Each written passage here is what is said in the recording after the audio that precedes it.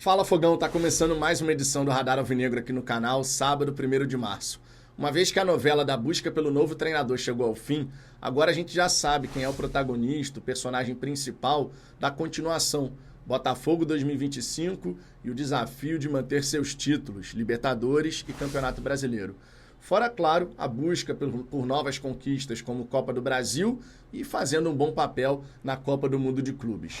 Renato Paiva, português, 54 anos de idade, com longa passagem pelas categorias inferiores do Benfica, ajudando a revelar e desenvolver atletas importantíssimos no futebol português, que conseguiram destaque a nível mundial. Tivemos também a passagem dele pelo Independente Del Valle, onde foi campeão equatoriano, também fazendo esse trabalho de revelação e venda de atletas, o que é muito importante para a diretoria.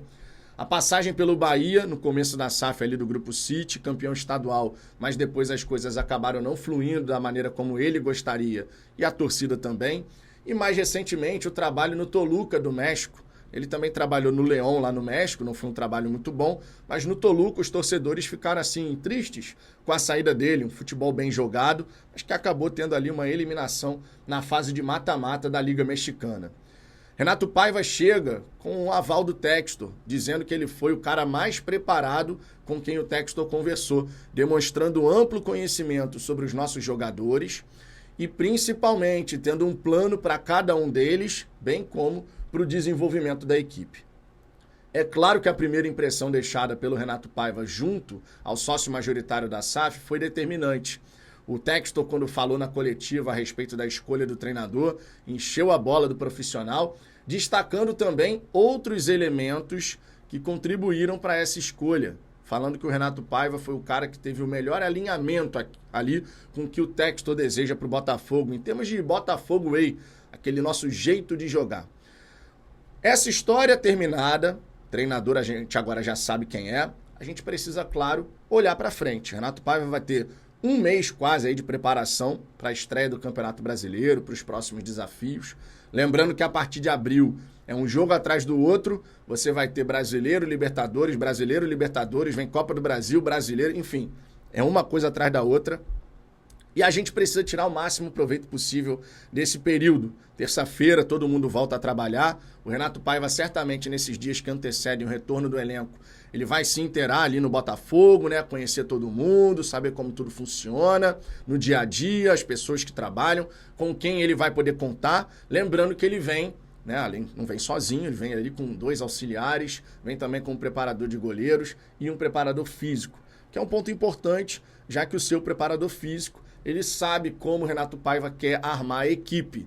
E dessa maneira, a preparação física ela é direcionada com a assistência de quem já estava no Botafogo se integrando. Importantíssimo lembrar que o Cláudio Caçapa é auxiliar permanente. Você também tem outros profissionais que vão acabar fazendo parte desse grupo de trabalho, o que é importantíssimo para que a gente não repita no futuro, caso a gente precise buscar um novo treinador novamente no começo de temporada, a gente fique quase 60 dias nessa novela, nessa situação. Agora, quais critérios serão utilizados para saber se o Renato Paiva está fazendo ou não um ótimo trabalho? Você pode até pensar assim, muito fácil essa resposta. Resultado. Se o cara está dando resultado, ele está fazendo um bom trabalho. Se o cara não está dando resultado, ele não está fazendo um bom trabalho. Mas a coisa é muito mais profunda do que isso. Muito mais. Até pegando a própria declaração do Textor, quando ele comentou a respeito do trabalho do Paiva no Bahia, falando sobre como foi o trabalho dele lá. Que ele olhou muito mais do que resultado. A questão do resultado foi completamente secundária.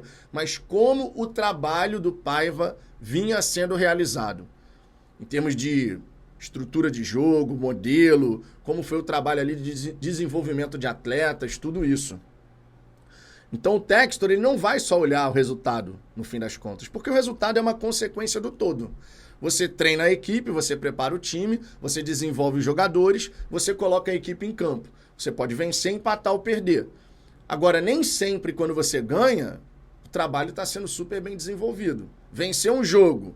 Quantas vezes a gente já viu o Botafogo ganhar um jogo, a gente falava assim, meu irmão, foi na base da sorte, porque merecimento não teve. Isso já aconteceu várias vezes, não só com o Botafogo, mas com outras tantas equipes. Muitas vezes tem disso. Ou então você perdeu uma partida onde você jogou pra caramba, tentou de todas as maneiras, o goleiro adversário fazendo uma série de defesas impressionantes. Vai o time adversário, uma bola parada, faz o gol, ganha por 1-0.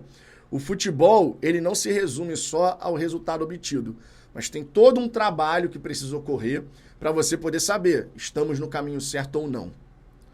E é justamente sobre isso que eu quero conversar aqui com vocês. Porque a maneira como o Paiva vai ser avaliado pelo Textor, e por consequência, acredito que deveria ser assim por todos nós, ela precisa ser diferente. Por exemplo, além do resultado, que claramente é um critério, se você estiver simplesmente na lama, você não vai ignorar isso. E a gente espera que isso não passe nem perto de acontecer, que o Renato Paiva faça um baita trabalho e que consiga desenvolver o time do Botafogo muito bem. Mas quais são os outros pontos? Por exemplo, desenvolvimento de jovens atletas. Ficou muito claro que um dos motivos para o Textor ter selecionado o Renato Paiva foi justamente toda essa expertise que ele tem na revelação e desenvolvimento de jovens atletas. O Botafogo, que nessa primeira janela de 2025, contratou uma série de jogadores que são considerados apostas. David Ricardo, Léo Link, Jair, podemos falar do Elias Manuel, podemos falar do Juan Cruz, do Nathan Fernandes. Olha quantos jogadores jovens. Você ainda tem no próprio elenco do Botafogo o Matheus Martins, o Matheus Ponte, não podemos esquecer, tem 21 anos de idade cada um. Você tem o Cuiabano com 22 anos, o próprio Igor Jesus, que fez 24 anos de idade agora, mas também é um cara para ser desenvolvido, para você melhorar uma coisa aqui, outra ali. O Botafogo tem uma série de jogadores que precisam desse trabalho diferenciado para eles poderem alcançar todo o seu potencial. E o fato do Renato Paiva ter passado muito tempo nas categorias de base do Benfica, fazendo esse trabalho de revelação e desenvolvimento de jovens talentos, certamente foi um critério que pesou bastante para a escolha do Textor. A gente meio que pode pegar a situação do Paiva e comparar com o André Jardine, em termos de perfil, daquilo que pode entregar de trabalho, né? O Jardine passou um tempão como treinador de categoria de base, conquistou mais de 30 títulos na categoria de base, desenvolveu vários atletas, vem fazendo um bom trabalho no futebol mexicano. Nesse momento está na vice-liderança da primeira divisão, né? Mais uma vez brigando ali para poder chegar ao inédito tetracampeonato. E ele entregaria esse perfil. Um cara que tem muita expertise com jovens e que consegue obter resultados a nível profissional conforme vem fazendo lá. O Renato Paiva é a mesma coisa, é um perfil muito parecido. Ampla experiência com desenvolvimento de jovens atletas e o Textor quer muito isso. Porque a gente não pode ignorar o fato, esses jovens talentos que foram comprados pelo Botafogo são ativos da Eagle.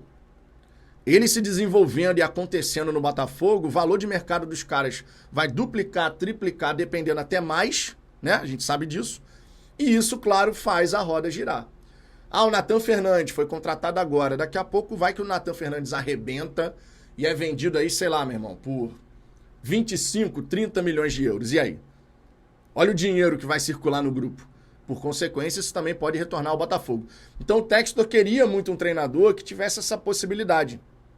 Tudo bem que em dado momento do Textor buscando um novo técnico, ele meio que se afastou disso, né? Porque ele foi atrás do Roberto Mantini, do Crespo, do Rafa Benítez, enfim. Ele foi atrás de uma outra parada. Mas no fim das contas ele voltou para aquele perfil que ele já tinha tentado lá atrás, que foi o André Jardine. Então a maneira como esses jovens atletas vão se comportar no Botafogo é muito importante. A gente observar se o Renato Paiva de fato está conseguindo extrair e fazer evoluir esses jovens talentos do Glorioso. Esse é um critério fundamental para a gente ficar de olho.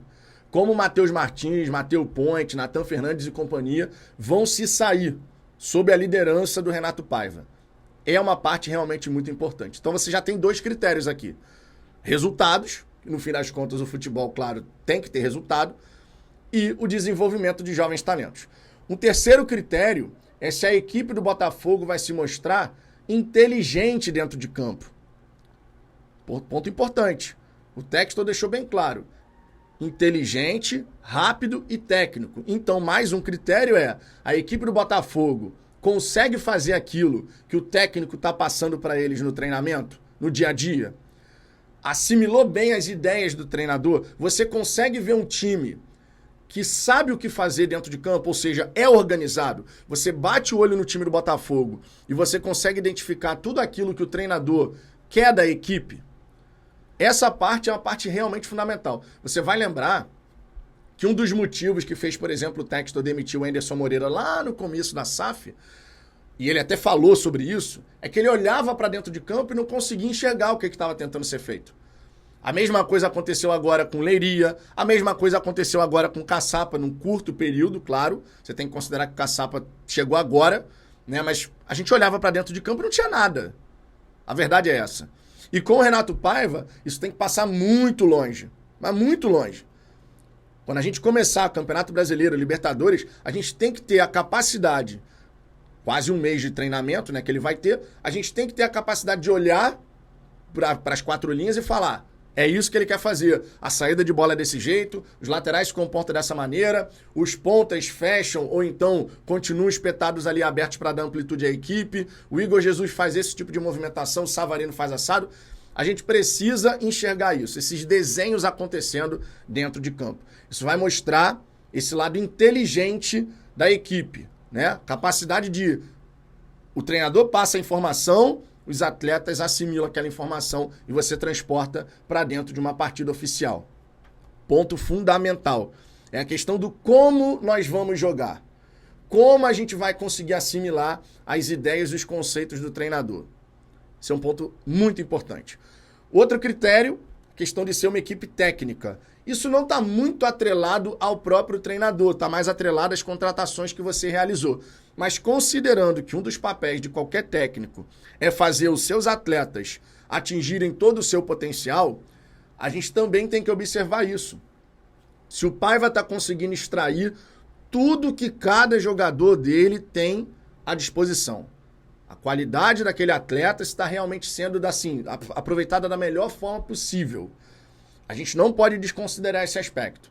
Por exemplo, nesse período inicial de 2025, a gente viu o Savarino se transformar em nada. O Savarino, que poderia ter sido o Rei da América no ano passado. Mas a gente olhava para dentro de campo, cara, e o Savarino não conseguia entregar. Por quê? Porque a equipe estava desorganizada, a equipe estava bagunçada. Então o Savarino não conseguia entregar o seu melhor. Mas com o Renato Paiva, isso precisa voltar a acontecer. A gente precisa voltar a ver a melhor versão do Savarino. Então, quando a gente fala desse critério, a parte técnica, é você realmente conseguir extrair tudo que cada jogador pode entregar para o time. E a gente sabe que esse não é um trabalho fácil.